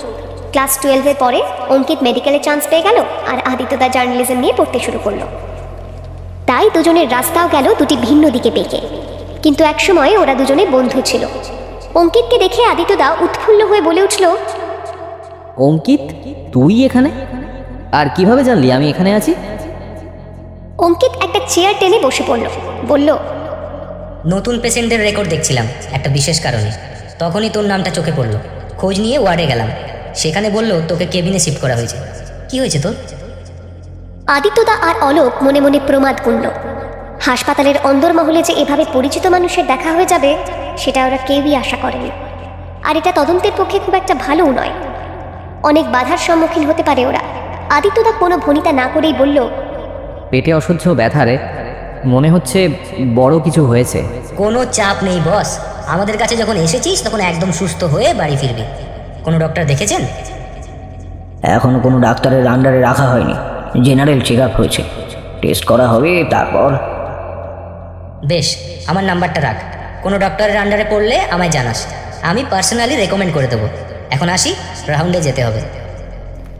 অঙ্কিত যেমন ঝড়ের বেগে এসেছিল তেমনই ঝড়ের বেগে চলে গেল। সকাল 5:30। আমার ঘুম ভেঙে গেল বাইরের টিউবের আলো চোখে পড়ে। সারা রাত কি হয়েছে, আমার জ্ঞান এসেছিল কি না কিছুই বুঝতে পারিনি। চোখ খুলে দেখলাম আগের দিনের সেই নার্স হাসি মুখে আমার সামনে দাঁড়িয়ে আছে, হাতে হাসপাতালের লোগো দেওয়া একটা গাউন। বলল, এখন শরীর ঠিক আছে? এত টেনশন করছেন কেন? ব্লাড প্রেশার বেড়ে গেছিল তো, শেষে ইঞ্জেকশন দিয়ে প্রেশার কন্ট্রোল করতে হলো। আমি সোজা হয়ে বসলাম। আসলে আগে কখনো হাসপাতালে ভর্তি থাকিনি তো, তাই আর কি। নার্স বলল, বেশ, আপনি চেঞ্জ করে নিন, কিছুক্ষণের মধ্যে আপনাকে নিয়ে যাওয়া হবে। কোথায় নিয়ে যাওয়া হবে? কেন, যার জন্য ভর্তি হয়েছেন? ব্রেকফাস্ট করবো না, খুব খিদে পেয়েছে, কাল তাড়াতাড়ি খেয়ে নিয়েছিলাম তো। নার্স নিজেকে আরেকটু সামলে নিয়ে বলল, হ্যাঁ, টেস্টগুলো হয়ে গেলেই খাবেন, খালি পেটে কিছু টেস্ট করা হবে তো। আমি ঘুরে আসছি, আপনাকে কয়েকটা ওষুধ খেতে হবে। নার্স যতটা তাড়াতাড়ি সম্ভব ঘর ছেড়ে বেরিয়ে গেল। আমি গাউনটা হাতে নিয়ে বসে রইলাম, মাথা কাজ করছে না, কি হবে এবার জানি না। গত রাতে আদিত্যদার কথা মতো অভিজিৎ স্যারের সাথে যোগাযোগ করাও সম্ভব হয়নি। ভীষণ কান্না পাচ্ছিল, আমার মনে হচ্ছিল এই ফাঁদে পা না দিলেই বোধহয় ভালো হতো। ঠিক তখনই আবার আমার ঘরের দরজাটা খুলে গেল। দেখলাম একজন পুরুষ নার্স ঢুকেছে ঘরে। সন্দেহ হলো, একজন মহিলা পেশেন্টের ঘরে পুরুষ নার্স কেন? লোকটার মুখে আবার মাস্ক লাগানো। আমি স্বাভাবিক থাকার চেষ্টা করে বললাম, বলুন। লোকটি আমার কাছে এসে চাপা স্বরে বলল, এই ওষুধটা খেয়ে ফেল, এটা তোর নার্ভ সিস্টেমকে সজাগ রাখবে। ওরা লোকাল অ্যানাস্থেশিয়া দেবে, কাজ করবে না। ঘুমানোর ভান করবি, নো ওভার অ্যাক্টিং। যখন বলবো বেড ছেড়ে দৌড়ে পালাবি। বুঝলাম আদিত্যদা কোনো রকমে মেল নার্সের পোশাকে এসেছে। আমিও ফিসফিস করে বললাম, আর যদি সত্যি পেটটা কেটে ফেলে? ও সব হওয়ার আগে আমি সব ব্যবস্থা করে দেব। কাল অভিজিৎ স্যারকে ফোন করেছিলি? আমি মাথা নেড়ে বললাম, না পারিনি, আমার নার্ভ ফেলিওর করেছিল, অজ্ঞান হয়ে গেছিলাম তো। আদিত্যদা শান্ত স্বরে বলল, নো ইস্যু, আমি কথা বলে নিয়েছি। তোর কি হয়েছিল? সেই এক সমস্যা, সব ভুলে গেছিলাম। এমনকি অলোক স্যারকেও মেরে নাক ফাটিয়ে দিয়েছে। হ্যাঁ, ওরা আমার উপর নজর রাখছে, হয়তো সন্দেহ করছে। গোদের উপর বিষ ফোড়া হয়ে আমার এক স্কুলের বন্ধু এখানকার ডাক্তার, ওর তত্ত্বাবধানে বেশি সিকিউরিটি দিচ্ছে আমায়, তাই ছদ্মবেশে এসেছি। আর থাকতে পারবো না, চললাম। যা বলেছি ঠিকঠাক এক্সিকিউট করিস। ঝড়ের গতিতে কথাগুলো বলে আদিত্যদা ঘর থেকে বেরিয়ে গেল। আমি কেউ আসার আগেই ওষুধটা খেয়ে ফেললাম। আদিত্যদা জার্নালিজম নিয়ে পড়লেও বিজ্ঞানের ছাত্র হওয়ায় ওষুধপত্রের বিষয়ে জ্ঞান রয়েছে, আর আমার রয়েছে ওর সিদ্ধান্তের উপরে ভরসা। এর পরের ঘটনাগুলো পরপর ঘটতে থাকলো। নার্স এসে আমায় ইঞ্জেকশন দিল ঠিক কোমরের মাঝখানে, শীত তারা বরাবর। আমি যন্ত্রণায় কুঁকড়ে গেলাম। মনে মনে জানি এই ওষুধ আমার উপর সেভাবে প্রভাব ফেলতে পারবে না। প্রথম দিকে একটা ঘোর ঘোর ব্যাপার এলেও আশেপাশে সব কিছুই বুঝতে পারছিলাম। কোমরের নিচের অংশ অসাড় হওয়া উচিত ছিল, হয়নি দেখে বুঝলাম আদিত্যদার ওষুধ কাজ দিয়েছে। আমাকে ওরা স্ট্রেচারে চাপিয়ে নিয়ে চলল। দেখলাম আমাদের সন্দেহই ঠিক। আমাকে ওরা নিয়ে যাচ্ছে অপারেশন থিয়েটারের দিকেই। আমার ইচ্ছে করছিল পালিয়ে যেতে, কিন্তু পরিকল্পনা মাফিক আমায় চুপ করে শুয়ে থাকতে হবে। অপারেশন থিয়েটারের চোখ ধাঁধানো আলোয় আমার চোখ বুজে এলো। কয়েকটা পুরুষ কণ্ঠস্বরের মাঝে বুঝতে পারলাম গতকাল রাতের সেই বয়স্ক ডাক্তারবাবুও এদের মধ্যেই রয়েছে। আমি উত্তেজনায় কাঁপছি, কি হবে এবার? এমন সময় শুনলাম কেউ একজন বলছে, সবাই কিন্তু খুব সাবধানে কাজ করবেন। মেয়েটার অপারেশন হয়ে গেলে ওকে কোনো সিক্রেট চেম্বারে লুকিয়ে রাখতে হবে। হসপিটালে সাংবাদিক আদিত্য সরকার রয়েছে, আমার স্কুলমেট হওয়ার সুবাদে এক্সট্রা কেয়ারের নামে ওর উপর নজরদারি রেখেছে। আমি শিওর শুধুমাত্র পেটে ব্যথার জন্য এখানে ও আসেনি, নিশ্চয়ই কোনো গন্ধ পেয়েছে, তাই কোনো রকম বেচাল যেন না হয়, তাহলে আমাদের এত দিনের পরিশ্রম জলে যাবে। আমি বুঝতে পারলাম আদিত্যদার সেই স্কুলের বন্ধু এই চক্রের সঙ্গেই জড়িয়ে রয়েছে, বরং বলা যায় ইনি এই চক্রের মাথা। এর তত্ত্বাবধানেই এই হাসপাতালে অর্গান ট্রাফিকিংয়ের এই নোংরা চক্র রমরমিয়ে চলছে। আমার মনে হচ্ছিল ছুটে গিয়ে এই খবরটা আদিত্যদাকে দিই, কিন্তু সেই উপায় নেই। চোখ বন্ধ করে ছুরি কাচির খুটখাট শব্দ শুনতে পাচ্ছি। আদিত্যদা কিভাবে এখানে ঢুকবে সেটা বুঝে উঠতে পারছি না। আমার নাকে অক্সিজেন মাস্ক, হাতে চ্যানেল করা হয়ে গেছে, ইসিজি মেশিন ইত্যাদি রেডি। এবার কাজ শুরু হলো বলে, কিন্তু কোথায় আদিত্যদা, কোথায় বা অভিজিৎ গুহ? আমি দাঁতে দাঁত চেপে শুয়ে রয়েছি। এতটুকু নড়লেই ওরা সতর্ক হয়ে যাবে। ঠিক এই সময় বিকট শব্দ শুনতে পেলাম। উপস্থিত সকলেই হাতের কাজ থামিয়ে দরজার দিকে তাকালো। আমিও আর থাকতে না পেরে ঘাড় ঘুরিয়ে তাকালাম। দেখলাম আদিত্যদা আর অলোক সাহা খোলা দরজার সামনে দাঁড়িয়ে আছে। অলোক সাহার হাতে রিভলভার। ডাক্তার অঙ্কিত থতমত খেয়ে এগিয়ে এসে বলল, কি ব্যাপার আদিত্য, তুই এখানে কি করছিস? এসব কি বন্দুক হাসপাতালে? Have you gone mad? আদিত্যদা কোনো উত্তর দিল না। অঙ্কিতকে পাশ কাটিয়ে ভেতরে ঢুকে এলো। চারিদিকে চোখ বুলিয়ে জিজ্ঞেস করলো, এখানে কিসের অপারেশন হচ্ছে? অঙ্কিতের এবার সুর পাল্টে গেল। সে গম্ভীর সুরে জিজ্ঞেস করলো, কেন? তুই জেনে কি করবি? আদিত্যদা কোনো উত্তর দিল না। আমার কাছে এসে বলল, রিয়া উঠে পড়। আমি এতটুকু দেরি না করে তড়াক করে উঠে বিছানা ছেড়ে নেমে পড়লাম। উপস্থিত সকলেই যে এই দৃশ্য দেখে অবাক হয়ে গেছে সেটা ওদের মুখ দেখেই বোঝা গেল। অঙ্কিত আদিত্যদার কাছে এসে বলল, আদি কি হচ্ছে এসব? আমি তো কিছুই বুঝতে পারছি না। আদিত্যদা অঙ্কিতের দিকে অদ্ভুত চোখে তাকালো। ওকে এড়িয়ে গিয়ে আদিত্যদা অভিজিৎ বাবুকে বলল, স্যার এরা তো কিছুই বুঝতে পারছে না, এদের বোঝার ব্যবস্থা করা যাক। অভিজিৎ স্যার মুচকি হেসে দরজা ছেড়ে দাঁড়ালেন। তার পিছন পিছন ঘরে প্রবেশ করলো রিসেপশনে বসে থাকা মেয়েটি এবং আরও কয়েকজন। তাদের পিছন পিছন এলো কয়েকজন মহিলা কনস্টেবল। তাদের হাতে বেশ কয়েকটি ফাইল। অভিজিৎবাবু ফাইলগুলি হাতে নিয়ে বললেন, এই হসপিটালে যে অনেকদিন ধরেই অর্গান ট্রাফিকিংয়ের একটা চক্র চালু হয়েছে সেটা আমরা আগে থেকেই খবর পেয়েছিলাম, কিন্তু উপযুক্ত প্রমাণের অভাবে সেরকম কিছু করতে পারছিলাম। শুধু তাই নয়, আড়ালে থেকে অনেক ছোট ছোট নার্সিংহোমগুলিকেও পরিচালনা করে চলেছে এই বেসরকারি হসপিটালটি। তাই এফআইআরগুলিতে ভিন্ন ভিন্ন ভিকটিমের কাছ থেকে উঠে এসেছে ভিন্ন ভিন্ন সংস্থার নাম, তবে কেন্দ্র কিন্তু এই আরবি সেন হসপিটাল। আরও একটা দারুণ ফোন দিয়ে এরা বের করেছিল। এবার কথা বলল আদিত্যদা। বিভিন্ন এলাকায় এক একটা ছোট নার্সিংহোম এরা নিজেদের স্পন্সরশিপে কয়েক মাসের জন্য তৈরি করত। কয়েকটা ফেজে এদের কার্যকলাপ চলত। প্রথমে এলাকার মানুষদের বিশ্বাস অর্জন করত, ভালো চিকিৎসা ব্যবস্থা দিত। তারপর যেই একটু নামডাক হয়ে যেত অমনি বিছিয়ে দিত এদের জাল। সেই এলাকার মানুষদের কিন্তু কোনো ক্ষতি করতো না। যাদের কিডনি বা অন্য কোনো অর্গ্যান এরা বেআইনিভাবে চুরি করত, তারা হয় কলকাতার বাইরের কোনো গ্রাম বা জেলার মানুষ, অথবা পাহাড়ি এলাকা থেকে আগত চাকরি প্রার্থী, অথবা নেপালের বাসিন্দা। কারণ এদের ফাঁদে ফেলা সহজ। বিশেষত নেপাল আর ভুটান থেকে ভিকটিমের সংখ্যা বেশি। তারা চাকরি পাওয়ার আশায় নেমে আসে সমতলে। আবার কখনো সারা ভারতবর্ষ জুড়ে ছড়িয়ে থাকা চক্রটির একটি বড় অংশ এসব সহজ সরল পাহাড়ি মানুষগুলোকে লোভ দেখিয়ে ভুল বুঝিয়ে রাজি করিয়ে নিত কিডনি বিক্রি করতে। বদলে ওদের দেওয়া হতো এককালীন টাকা, কিন্তু হিউম্যান অর্গ্যানের বাজার দরের তুলনায় 10%ও এরা পেত না। এদিকে কলকাতায় এরা কয়েকটা খবরের কাগজের পাতায় চাকরির বিজ্ঞাপন দিয়ে গরিব ঘরের ছেলেমেয়েদের ফাঁদে ফেলে নিজের কার্যসিদ্ধি করত।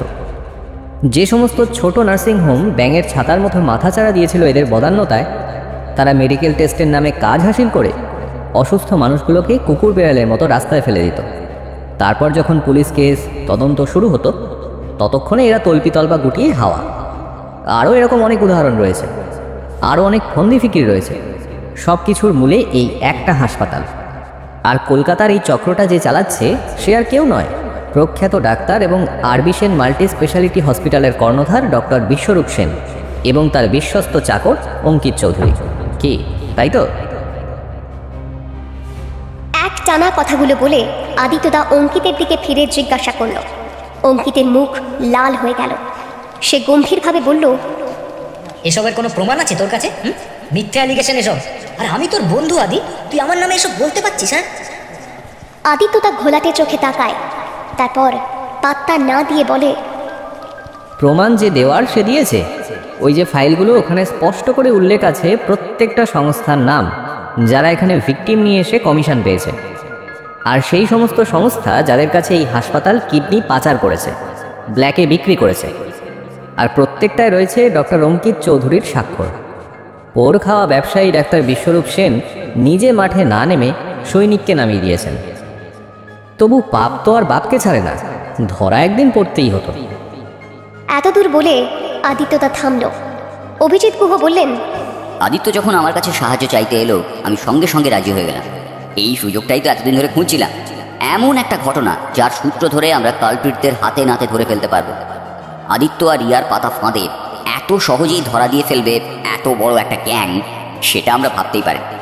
আপনারা ভেবেছিলেন অন্যান্য সাধারণ মেয়েদের মতো রিয়াও মফস্বল থেকে কলকাতায় চাকরির খোঁজে এসেছে। আসলে ওরা আপনাদেরই চক্রগুহে আপনাদের আটকে ফেলেছে, আর আপনারা বুঝতেও পারেন। যাই হোক, ডক্টর অঙ্কিত চৌধুরী, আপনাকে আর আপনার টিমকে এবার আমাদের সাথে যেতে হবে। ডক্টর সেন দেশের বাইরে থাকলেও ওকে কবজা করার সব ব্যবস্থা আমরা করে ফেলেছি। অভিজিৎ গুহ এগিয়ে গেল অঙ্কিতের দিকে। অঙ্কিতের চোখে মুখে ফুটে উঠল একটা হিংস্র ক্রূর অভিব্যক্তি। সে পিছুতে পিছুতে একটা দরজার পাল্লায় পিঠ ঠেকিয়ে হেসে বলল, আমাকে কেউ আজ পর্যন্ত ধরতে পারেনি, আজও পারবে না। এতদিন গোটা রাজ্যের পুলিশের নাকে দড়ি দিয়ে ঘোরালাম, আর আজ আমায় ধরবে কিনা একটা পাতি সাংবাদিক? কখনো না। কথাটা বলেই অঙ্কিত চোখের পলকে দরজাটা খুলে ফেলে দৌড়তে শুরু করলো। উপস্থিত সকলেই এই কাণ্ডে ভ্যাবাচাকা খেয়ে গেল।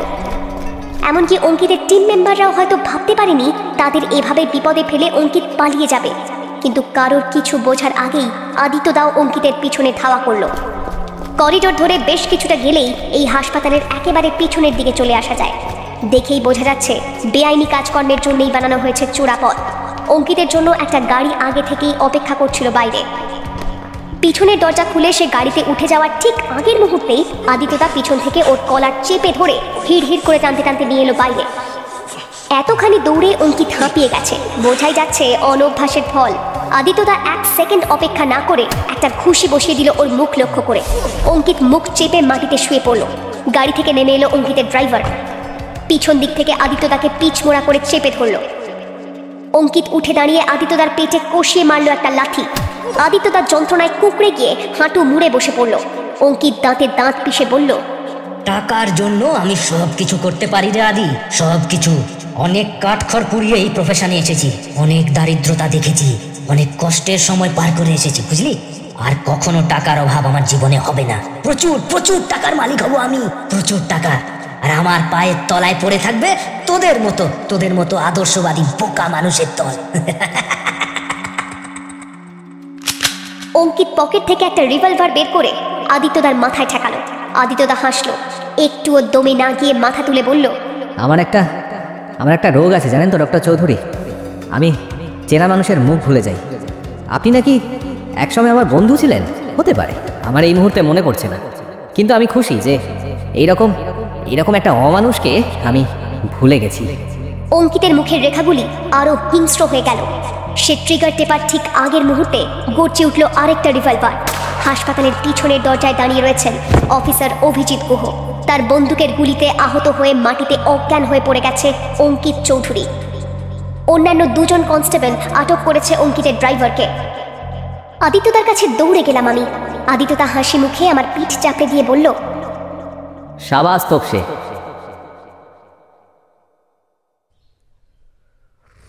গল্প শেষ করে রিয়া 3 নম্বর চায়ের কাপে শেষ চুমুকটা দিয়ে দম নিল। সবাই এতক্ষণ দম বন্ধ করে অপেক্ষা করছিল। এবার যেন স্বস্তির নিঃশ্বাস ফেলল সবাই। আকাশ বলল, উফ, কি সাংঘাতিক অভিজ্ঞতা। রিয়া, তোর সাহস আছে বলতে হবে। নেহা গদগদ স্বরে বলল, আমার তো আদিত্যদার সঙ্গে দেখা করতে ভীষণ ইচ্ছে করছে। এরকম একটা বিরল রোগ নিয়েও কি সুন্দর নার্ভ রেখে কেসটা সলভ করে ফেললো। বাপ্পা হতভম্ব হয়ে সব কিছু শুনছিল। এবার বলল, আমি তো ভাবতেই পারছি না আমাদের এই সহজ সরল কলকাতা শহরে এরকম একটা চক্র চলছে। মাই গড।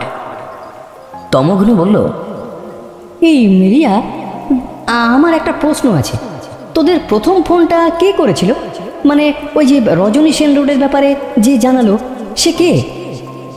রিয়া মাথা নেড়ে বলল, সেই রহস্যের সমাধান আজও হয়নি ঠিকই, তবে যেই দিয়ে থাকুক না কেন সে যে আমাদের শুভাকাঙ্ক্ষী তা নিয়ে কোনো দ্বিমত নেই। সকলে রিয়ার কথায় সায় দিল। এদিকে বৃষ্টি ধরে এসেছে। একে একে ওরা বেরিয়ে এলো অনন্তদার চায়ের দোকান থেকে। এবার সবার একটাই আবদার, বিখ্যাত সাংবাদিক ও রহস্যভেদী আদিত্য সরকারের সাথে ওদের দেখা করানো আর পরের তদন্তে ওদের অংশগ্রহণ করানো। রিয়া চোখ কপালে তুলে বলল, বেশ বেশ, সব হবে, তবে এই মুহূর্তে আমাদের একটাই গন্তব্য, কি বলতো, বাড়ি। রিয়ার কথায় সকলে হেসে উঠল।